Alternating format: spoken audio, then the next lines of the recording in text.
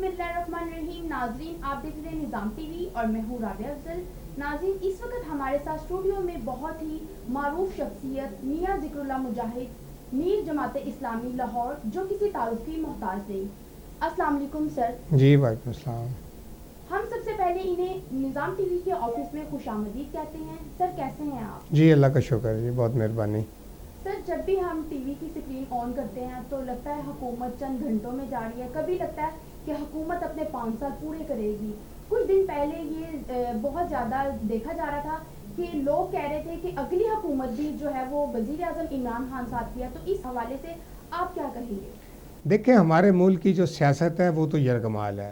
وہ الیکٹیبلز کے ہاتھوں یرغمال ہے, وہ اسٹیبلشمنٹ کے ہاتھوں یرغمال ہے, اور جنہوں نے اس کو یرغمال رکھا ہوا ہے وہ اپنے مفادات کے لیے جب جس طرف کو رخ موڑنا چاہیں وہ موڑ دیتے ہیں.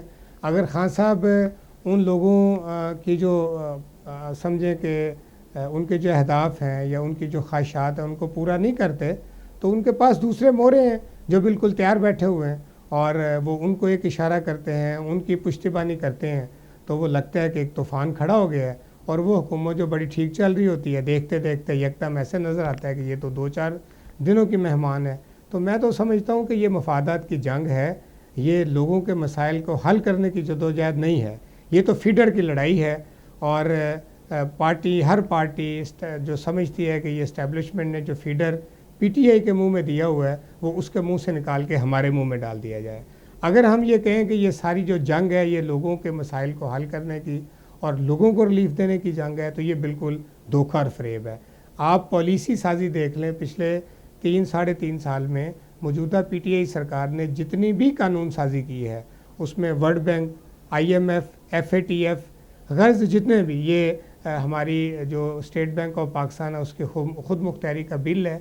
تو آپ دیکھیں کہ یہ جو اس وقت عمران خان کی اور پی ٹی آئی سرکار کے دشمن ہیں, قانون سازی میں تو یہ سارے اکٹھے تھے. پیپلز پارٹی نے, مسلم لیگ نون نے, وہ مل کے تو یہ ساری قانون سازی کی ہے.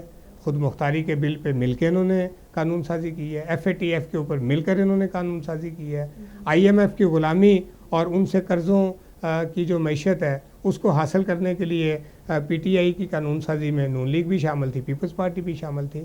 تو اس کا مطلب تو یہ ہوا کہ جو اس وقت قوم مشکلات کا شکار ہے اس کا جو ذمہ دار ہے وہ صرف پی ٹی آئی کی گورنمنٹ نہیں ہے, اس کے اندر پیپلز پارٹی اور مسلم لیگ نون وہ برابر کی شریک ہیں.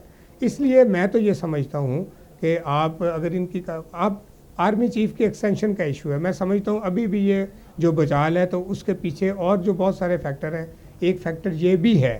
تو آپ دیکھیں کہ جب پچھلی دفعہ چیف آف آرمی اسٹاف کی ایکسٹینشن کی گئی تو ووٹ کو عزت دینے کا نعرہ لگانے والے وہ تو بوٹ کے اندر جا کر بیٹھ گئے, اور پیپلز پارٹی, مسلم لیگ نون اور پی ٹی آئی تینوں نے مل کے تو آرمی چیف کو ایکسٹینشن دی ہے. ایک طرف آپ فوج کو گالی نکالتے ہیں, ایک طرف آپ کہتے ہیں کہ پاکستان کی سیاست کے اندر جو گند ہے اس کے اندر جو ہے نا جی وہ ہماری اسٹیبلشمنٹ کا ہاتھ ہے, اور اس کے بعد پھر جب موقع آتا ہے تو آپ اسی کی گود میں جا کے بیٹھ کے تو ساری قانون سازی بھی کرتے ہیں.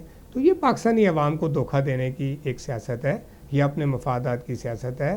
وہ مال جو لوٹا گیا ہے پاکستان کی قوم کا اس کو بچانے کی یہ ساری جدوجہد ہے جس میں یہ سارے شریک ہیں. وہ چاہتے ہیں کہ بھی ابھی پی ٹی آئی کے منہ میں فیڈر ہے تو اسٹیبلشمنٹ اور الیکٹیبل جو ہیں وہ ان کو چھوڑے ہمارے ساتھ آ جائیں. آج اسٹیبلشمنٹ ان کی پشتیبانی شروع کریں تو اسٹیبلشمنٹ اچھی ہو جائے گی. ابھی عمران خان نے جو شہباز شریف کو چیری بلاسم کا لقب دیا ہے تو وہ یہی وجہ ہے نا کہ جب اسٹیبلشمنٹ نے تھوڑا سا اپنا پوز یہ بنایا کہ ہم نیوٹرل ہیں, تو شہباز شریف صاحب کا آپ انٹرویو سن لیں تو انہوں نے فوج کی تعریف کے اندر آسمان اور زمین کے کلابے ملانے شروع کر دیے ہیں. اس کا مطلب یہ ہوا کہ آپ کی لڑائی اصولوں کی لڑائی نہیں ہے, آپ کی لڑائی جو ہے وہ مفادات کی لڑائی ہے.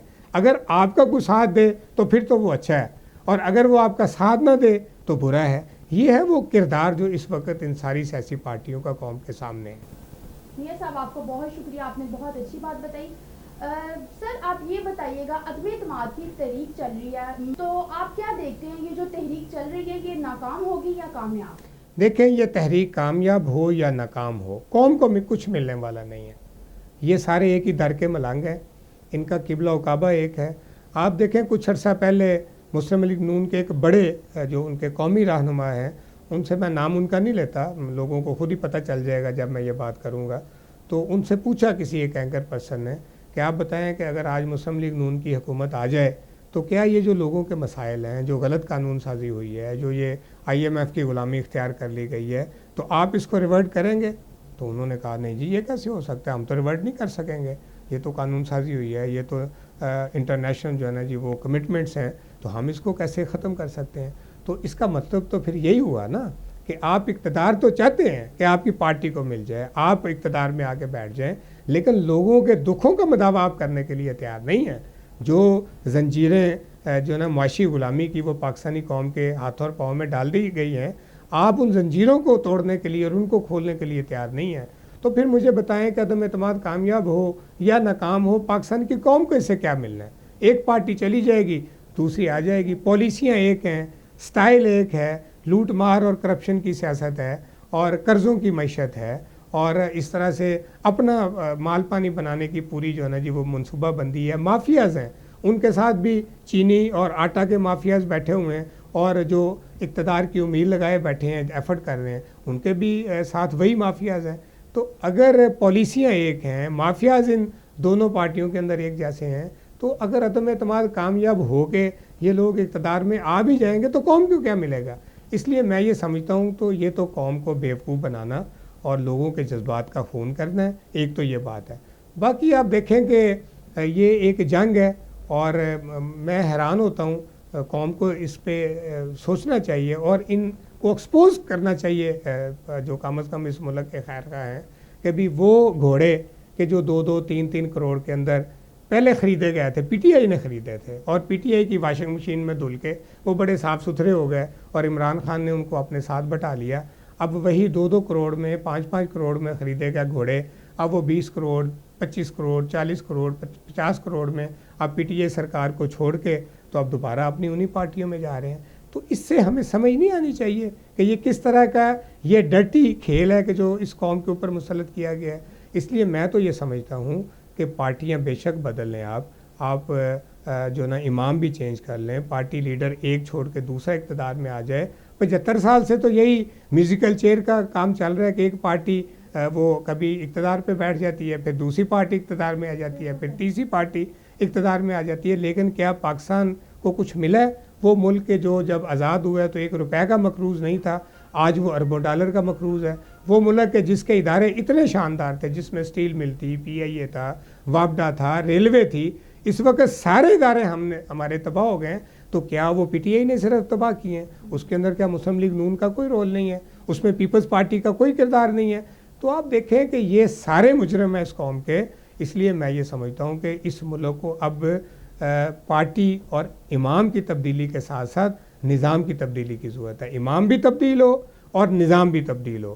یہ لوٹ مار اور کرپشن کی سیاست، یہ IMF کی غلامی اور یہ قرضوں کی معیشت، اس سے قوم کبھی کھڑی نہیں ہو سکتی۔ ہمیں خود انصاری کی پالیسی اختیار کرنے والی لیڈرشپ چاہیے، ہمیں قرضوں سے پاک معیشت اختیار کرنے والی لیڈرشپ چاہیے، اور یہ فرسودہ گلا سڑا اور گندا نظام اس کو چینج کر کے ایک صاف ستھرا نظام جو ہمارے رب نے، ہمارے پیارے آقا نے ہمیں دیا ہے، جس میں اخوت ہے، جس میں مساوات ہے، جس میں غریب پروری ہے، جس میں آقا اور غلام ایک صف کے اندر کھڑے ہو سکتے ہیں، اگر یہ برابری کا، انصاف کا، عدل کا یہ نظام آئے کہ جس میں خواتین کے حقوق ہیں، جس میں غیر مسلموں کے حقوق ہیں، جس میں بیوہ اور یتیم کے بھی حق کی تلقین کی گئی ہے، یہ ہے وہ نظام کہ جو اس ملک پہ آئے گا تو اس ملک کی حالت ٹھیک ہوگی۔ سر ماشاءاللہ سے آپ میر جماعت اسلامی ہے، تو اگر یہی موقع جماعت اسلامی کو ملے تو یہ کتنے عرصے میں جو ہے یہ جو آپ کہہ رہے ہیں گند ہے، یہ ڈرٹی سب کچھ یہ صاف کر دے گا؟ دیکھیں یہ تو ڈائریکشن طے کرنے کی بات ہے نا۔ جب آپ کا رخ اور آپ کی سمت ٹھیک ہو جاتی ہے تو ہر روز آپ کے قدم پھر آگے بڑھتے ہیں۔ جب آپ کی سمت ٹھیک نہیں ہے تو پھر ٹھیک تو نظام نہیں ہو سکتا۔ آپ اپنی سمت کو چینج کریں، سمت کو چینج کرنے سے ہی آپ دیکھیں گے روز بروز آپ کو تبدیلی نظر آئے گی۔ نمبر 1۔ نمبر 2، جماعت اسلامی کلی طور پہ تو کبھی پاکستان میں حکومت میں نہیں رہی، لیکن اگر کبھی اللہ نے ہمیں موقع دیا ہے تو بھی ہم نے تو ڈیلیور کر کے دکھایا ہے۔ نعمت اللہ خان کراچی کے میئر رہے ہیں تو آپ کے سامنے ان کا کریکٹر ہے۔ جب وہ میئر بنے تو کراچی کی حالت لوگوں کے سامنے ہے۔ کراچی کی انکم 4-4.5 ارب روپے تھی، 5 سال انہوں نے امانت اور دیانت کے ساتھ، صلاحیت کے ساتھ سرو کیا ہے، تو وہی کراچی کے جس کی انکم 4 ارب تھی، نعمت اللہ خان جب کراچی کو چھوڑ کے گئے تو کراچی کی انکم 40 ارب روپے تھی. انہی کے وہ منصوبے ہیں کہ جو آج تک کراچی کے اندر چل رہے ہیں. ہمارے سراج الحق کے پی کے فنانس منسٹر رہے ہیں، آپ دیکھ لیں انہوں نے کے پی کو انٹرسٹ فری صوبہ بنا دیا تھا. سراج الحق صاحب، یہ ریکارڈ ہے، یہ دنیا کے جتنے مالیاتی ریٹنگ کرنے کے ادارے ہیں سب نے جناب سراج الحق صاحب اور فنانس منسٹری کی تعریف کی. ہمارے عنایت اللہ خان صاحب وہاں بلدیات کے وزیر رہے ہیں کے پی کے اندر. آپ دیکھ لیں جو سب سے صوبوں میں اچھا بلدیاتی نظام اگر کسی وزیر نے دیا ہے تو وہ ہمارے وزیر بلدیات ہیں. ابھی آپ دیکھ لیں عبدالاکبر چترالی قومی اسمبلی میں ہیں، مشتاق خان سینٹ کے اندر ہمارے ہیں، آپ ان کی کارکردگی کو دیکھیں.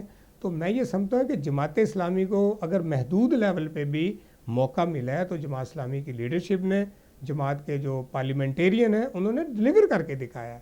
انہوں نے قوم کو بتایا کہ اگر اس ملک میں امانت اور دیانت کے ساتھ، صلاحیت کے ساتھ کوئی کام کرنے کی اہل پارٹی ہے تو وہ جماعت اسلامی ہے. آپ دیکھیں ہم اقتدار میں تو نہیں ہیں، لیکن یہ پچھلے کرونا کے ایپیسوڈ کو دیکھیں. ہماری جو فلاحی تنظیم ہے الخدمت فاؤنڈیشن، اس ملک کے اندر اگر کسی نے پاکستان کے شہریوں کی ٹرو سینس کے اندر خدمت کی ہے تو وہ الخدمت ہے.